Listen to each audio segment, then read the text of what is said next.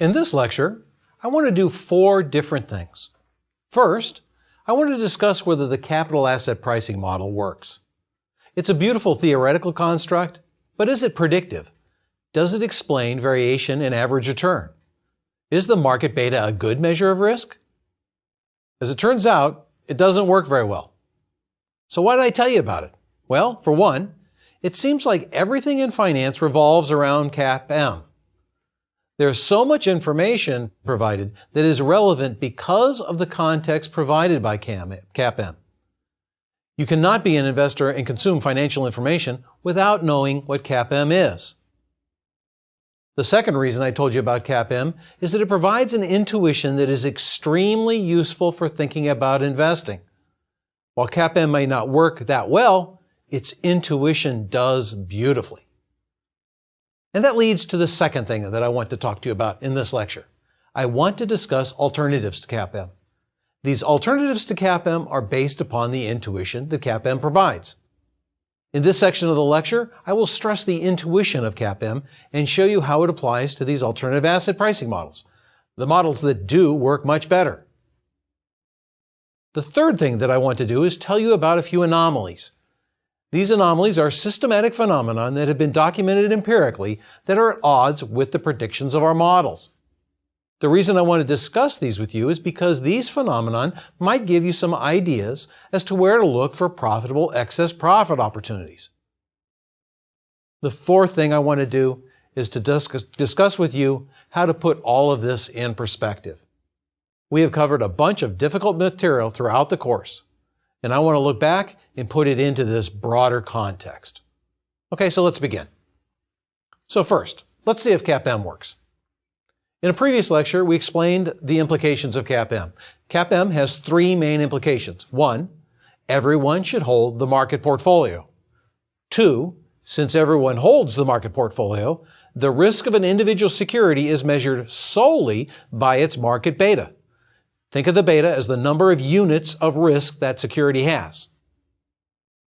Since beta is the sole measure of risk, the average return of an asset should exceed the risk-free rate by the number of units of risk in that security, its beta, times the market price of risk, which is the average return on the market in excess of the risk-free rate. If we take these 3 implications to the data, what do they imply we should see? All right, so consider a scatter plot of the returns of a security against its beta. By the way, we typically do these on portfolios rather than individual securities because the estimates of beta are more precise with portfolios. Also, the idiosyncratic terms are diversified in portfolios. Now, with the scatter, if we were to fit a regression line through the scatter plot, then we would get an intercept on the vertical axis where the beta equals 0. We would also get a slope to the relationship. The slope would indicate how much of the return goes up on average for an increase in the beta in the sample. Now, CAPM implies that with this empirical plot, the regression line should be such that the intercept is the risk-free rate on average, and that the slope is the market risk premium, i.e. the average return of the market in excess of the risk-free rate. That is, the scatter plot should be consistent with the CAPM equation for expected return. Okay, so what do we get when we do this? Well, first, the intercept is too high.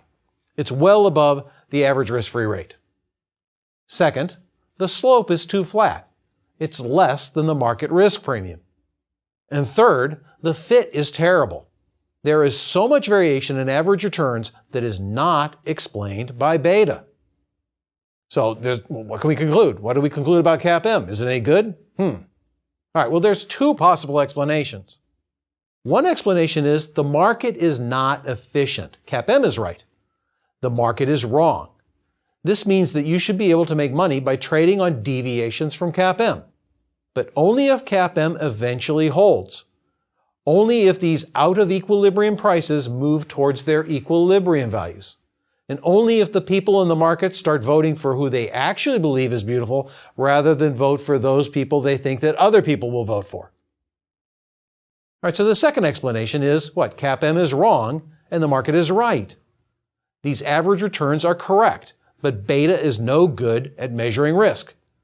Investors know what risk is, and they know it's not beta. So if you trade based upon deviations from CAPM, all you will get, right, is you will be getting a bigger return, but because you're bearing more risk. So which is more likely of these two explanations? Well, it doesn't seem that there are people getting too rich by trading on violations of CAPM. We know that even professional fund managers do not beat their benchmarks on average. So I'm a little bit sympathetic to the explanation that it may just be pricing of risk, not mispricing. So let's consider that CAPM is wrong. This leads to the second part of the lecture, alternatives to CAPM. How can CAPM be wrong? Let me count the ways. First, as I pointed out before, it assumes that everyone should hold the market portfolio. While I agree that we should all be diversified and hold broad-based funds, it's clear that only a small percentage of the world actually does that. So let's look a little bit more closely at the CAPM notion of risk. The reason that the market beta is risk is because everyone holds the market portfolio in the CAPM model. Not in the real world, but in the CAPM model. The key intuition is that if everyone holds the market, and only the market, then the only variation in people's wealth comes from variation in the return on the market portfolio. As a result, the risk of an individual security is the covariance of that security's return to the market return, where the market return is the only thing all people care about. So by the way, this is a good idea. The idea is that risk is correlation or covariance with something that you care about. That's a deep insight. Something is risky if something bad happens to it at the same time that something bad happens to something that you care about. The reason this is risk is because you cannot buy that thing to soften the blow of the something bad happening to the thing you care about. With securities, if a security return is down when the market is down, it's letting you down when you need it the most. That's risk. This leads to the alternatives to CAPM. These alternatives are called multi-factor models. The idea of a multi-factor model is that we should find some other factors that create risk in people's lives. Then a security would be risky if its return is correlated with that factor. In fact, if there's lots of factors, then a single security might be correlated with more than one factor. Thus, an individual security may have multiple risks in it. Okay, so what's the implication of that fact? Well, before we talk about the factors that might work empirically, let's think more abstractly for one more minute. Let's say that there are 10 such factors that create risk. An individual security might be exposed to all 10. As a result, the security's return will be correlated with all 10. The extent to which the return is correlated is called a factor loading. A security will have a factor loading for each factor, for the first factor, the second factor, and so on. These factor loadings are all like the market beta. Just like the market beta measures the sensitivity of the security's return to the market return, the factor loadings measure the sensitivity of the security's return to that factor. And just like the beta is the number of units of market risk that security has, each factor loading for a particular factor is the number of units of risk for that factor that security has. So recall the intuition from CAPM. If a security has beta units of market risk, then it should pay, in expected return terms, beta units of the market price of risk, the risk premium. Let's apply this to the multi-factor model. Given a set of factor loadings for a given security, the average return on the security should exceed the risk-free rate by the number of units of factor 1 risk times the market price of factor 1 risk, plus the number of units of factor 2 risk times the market price of factor 2 risk, and so on up to the last factor. So in order to do this, we're going to need factors and the market price of each one of those factors. So what are those factors? And what are the market prices of risk for each of these factors? Well, we don't actually know, but we keep looking. Actually, what I should say is that we don't know exactly. This is a little like dark matter in physics. Now, I'm not a physicist, but my understanding is that they can't see dark matter itself. They can only see behavior that is consistent with its existence. This is the same thing with multi-factor models in finance. We can't see a factor, but we can see a portfolio that behaves as if it has a bunch of some important factor in it. Let's call this portfolio a factor portfolio. If we have such a portfolio, then we can measure the risk of an individual security according to how correlated the return on that security is to the return on that factor portfolio. Okay, so a natural question is, what portfolios work? What portfolios capture factors that are really important? Okay, so the most important alternative to the capital asset pricing model is the Fama-French three-factor model that's also been augmented with the momentum factor. This model uses 4 portfolios to capture important risks that investors face. Let's go through each one of the 4 portfolios. The first portfolio is the market portfolio, one that we've talked about all along. The second portfolio is called HML. This is a portfolio formed by sorting firms according to their book-to-market ratios. The book value of a company is based upon accounting and is supposed to measure the replacement cost of a firm.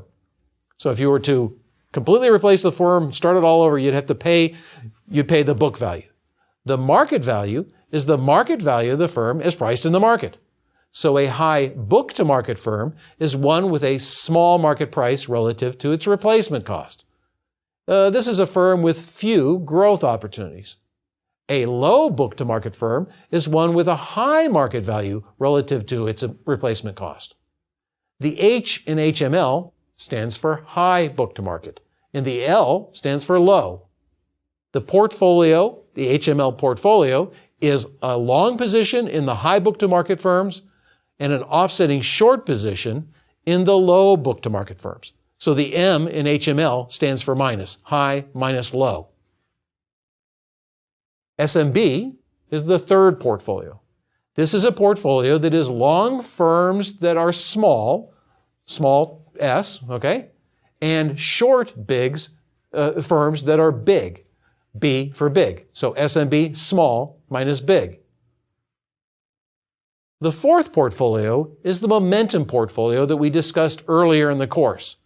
It's a portfolio that is what? Long past winners and short past losers. This portfolio is typically identified just simply by calling it MOM. As it turns out, this model works really well. It explains a significant amount of the variation in average returns.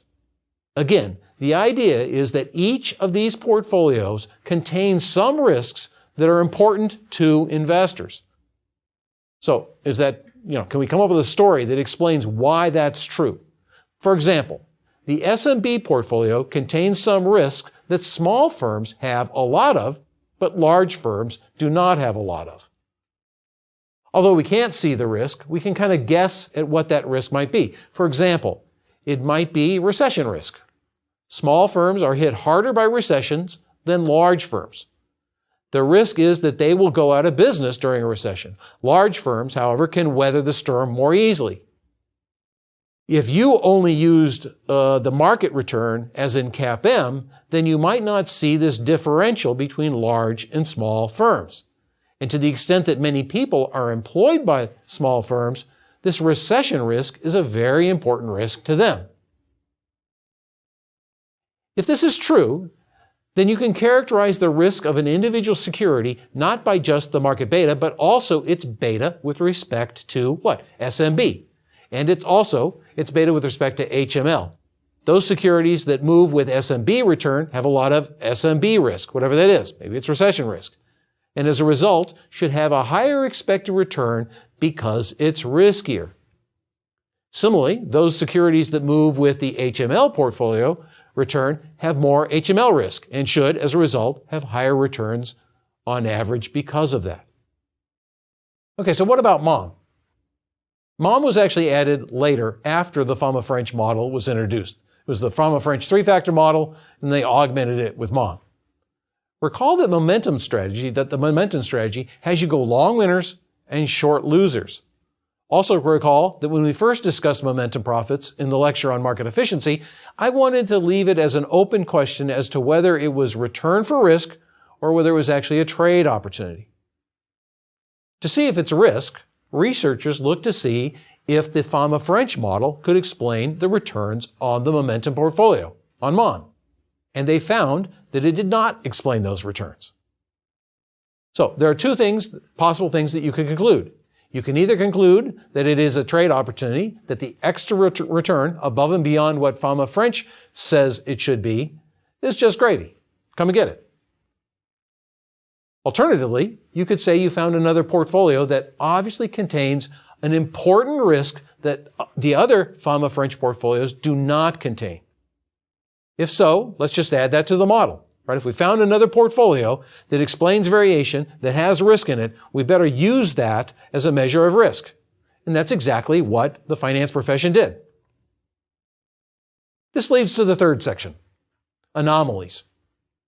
The key thing that I want you to see from this section is that there is a debate in finance and investments concerning the fundamental issues alluded to just a second ago. The debate is whether models like Fama and French with momentum are really capturing hard-to-identify risks or whether they're identifying excessive profit opportunities. To see this debate more clearly, let's consider first the case of HML. The its risk explanation might go something like this. High book-to-market firms have a greater exposure to some important risks that low book-to-market firms don't have. Since high book-to-market firms have low market values, they have few growth opportunities. Recall that the growth opportunity or the stock value is equal to the no growth price plus the present value of growth opportunities. Thus, a low price stock is one with few present value of growth opportunities, like Kodak before it was in bankruptcy. Perhaps the H's, the highs in the HML, have lots of bankruptcy risk because of that. In contrast, low book-to-market firms have high present value of growth opportunities and little, if any, bankruptcy risk. Thus, HML captures bankruptcy risk that investors care about. But there is a compelling case for the it's mispricing explanation as well. What it says is CAPM is fine. A high book-to-market firm is one with a low price. It's too low given its risk. It's actually mispriced. A low book-to-market firm is one with a high price. It's too high given its risk. It's also mispriced. So why does HML have a positive return in excess of what CAPM says? Because the prices will go where they're supposed to go eventually. Prices that are too low, like the H's, will move up, generating positive returns. Being long H's is good. Prices that are too high, like with the L's, will go down, generating negative returns. Being short L's, as in HML, is good. Thus, the portfolio HML generates positive excess returns relative to CAPM, not because of risk, but because of mispricing. Just like you can come up with two explanations for HML, you can also do that for momentum and SMB. For MOM, the mispricing story is that there's an underreaction to information. That which goes up continues to go up, and that which goes down continues to go down. The its risk story is, again, it's just a hard to identify risk, but it exists heavily in the MOM portfolio. For the SMB, the mispricing story is that small firms are small because their prices are low, and big firms are big because their prices are high. When prices are too low, they eventually rebound, and when prices are too high, they eventually correct. The its risk story we discussed earlier. Okay, so what's the conclusion? My conclusion is that the debate continues and will likely continue. And as with any debate, it's not going to be easy to decide what the truth is. If it were easy, we would have decided that already, and we wouldn't still be debating. In this section of the lecture, I also want to point out a couple of other phenomena that have been documented in the investment literature that are not explained by any of our models so far. The first one is that idiosyncratic volatility is related to average returns. CAPM says that idiosyncratic volatility is not risk. Thus, any investor should not get any extra expected return for holding a security that has more idiosyncratic volatility than some other. But empirically, when you form portfolios on securities that have high idiosyncratic volatility, you get average returns that are too low relative to what our models say, including the Foma-French Momentum 4-factor model. If this is mispricing, then you might want to short a portfolio of high idiosyncratic volatility stocks.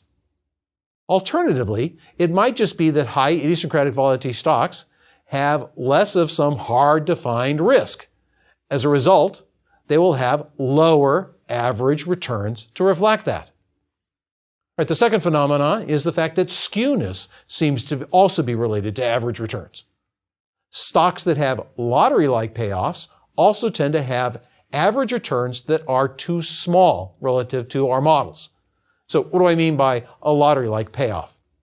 What I mean by this is that they have a small probability of paying off really big, but a big probability of losing a little. Penny stocks are like this.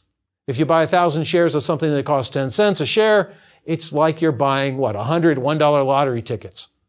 What's the most you can lose? $100. But what's the most you could gain? The sky's the limit. If the company takes off, it could rise to $20, and you would have $20,000. The fact that such stocks have lower returns than they should on the basis of CAPM and the Foma-French 3-factor and 4-factor models indicates that their prices are too high. That is, rather than have a price of 10 cents, maybe they should only have a price of 5 cents. By the way, stocks other than penny stocks can also have, other stocks other than just penny stocks, can also have lottery-like payoffs. In fact, it has been shown that on average, after a stock has had a big jump in the past month, the average return the next month is too low going forward. So regardless of the size of the firm, if it had a really big jump, right, it appears that people see that jump and think that it's going to lead to more jumps down the road. Given that, they buy the stock, bid the price up too high, and when it returns to its efficient level, it generates a low return. So far in this lecture, we have seen that there's a debate about what constitutes a profitable trade opportunity and what constitutes just the pricing of risk. Throughout this course, I have shown you how to quantify variability in returns. The lectures on fixed income and bond pricing developed a way to quantify interest rate risk, recall the duration measure. The lectures on stock prices as present values of future cash flows showed that the arrival of information about future prospects creates volatility. We examined how to control the volatility by forming portfolios. We also examined how you can quantify volatility from market movements in idiosyncratic returns using the market model. Then we examined risk.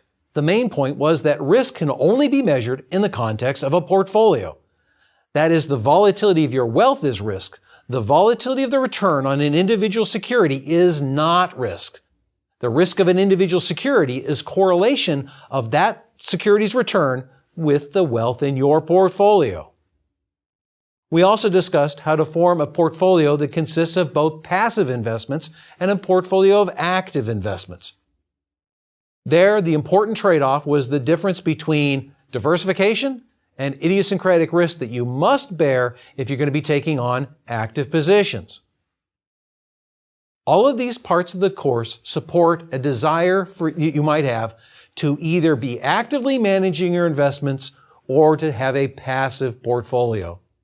Recall the framework that I developed for the student managers for the student-run fund.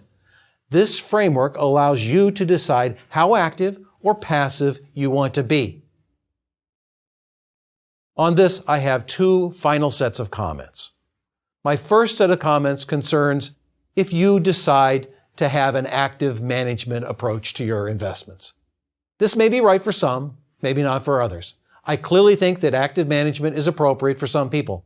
Otherwise, I wouldn't have told you all the things that I told you about in this course. But before you are active, or you let somebody else be active with your money, realize that with active management, you'll be making some bets.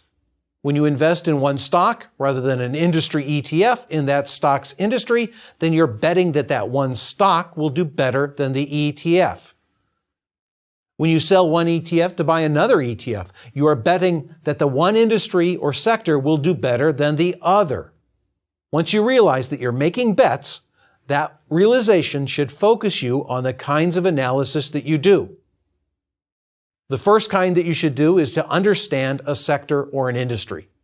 What allows some firms to make higher profits than others? Is that sustainable or contestable? If something is going to change in the future, what makes one firm better than another at adjusting to these changing conditions? And if the market is going to change in some way in the future, what changes favor one firm over another? For example, I recall a time when I was discussing with the student managers airlines. There are two basic business models for the industry. One is hub and spoke, in which the airline has a fleet of large planes and a handful of large hubs that everyone must go through. Alternatively, you don't have to have any hubs, but you have a large fleet of smaller planes that travel from point to point. The discussion was whether one strategy would be more profitable if the economy came back strong with a significant increase in business travel, or which one would do relatively better if, because of advances in technology, there was less need for business travel with the increased prevalence of remote conferencing and virtual teams.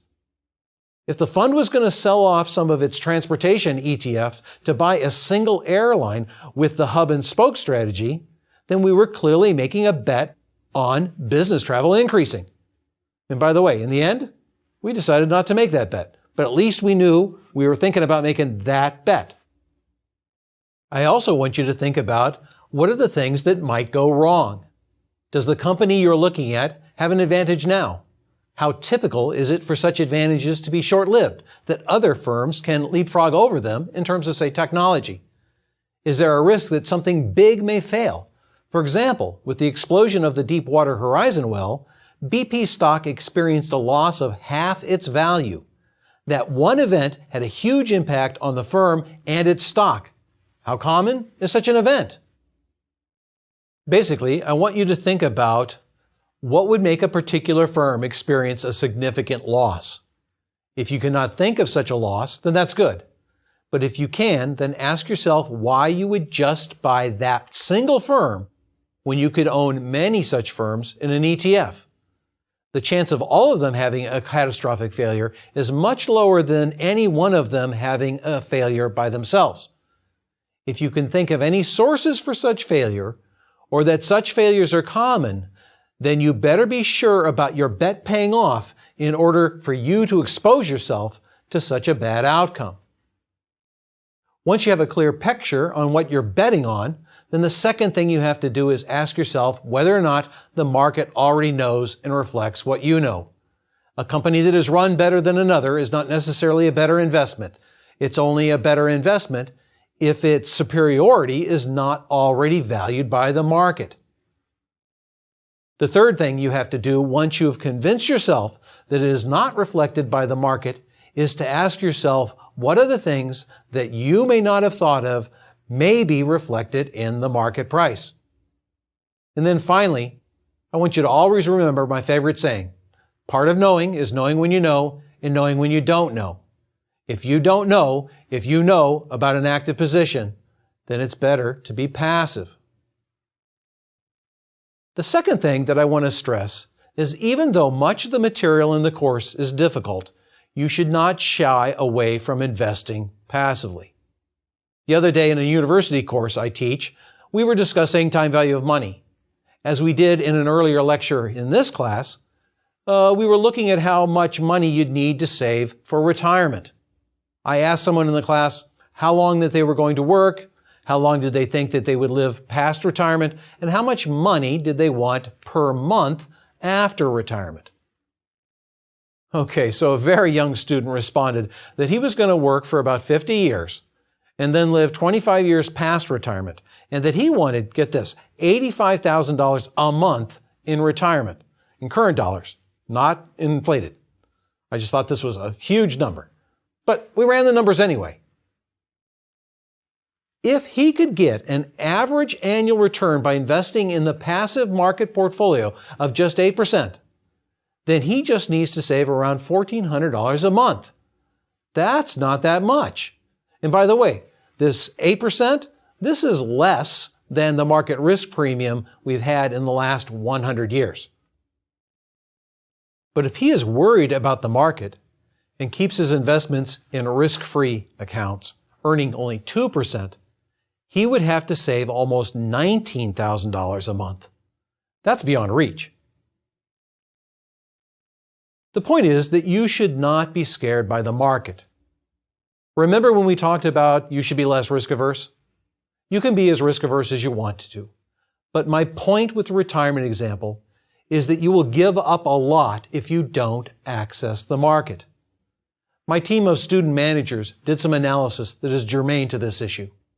We looked at what the fund would have grown to over the past 50 years under different allocations to low risk versus market investments. We considered a 100% allocation to the market versus a 30% safe, 70% risky allocation.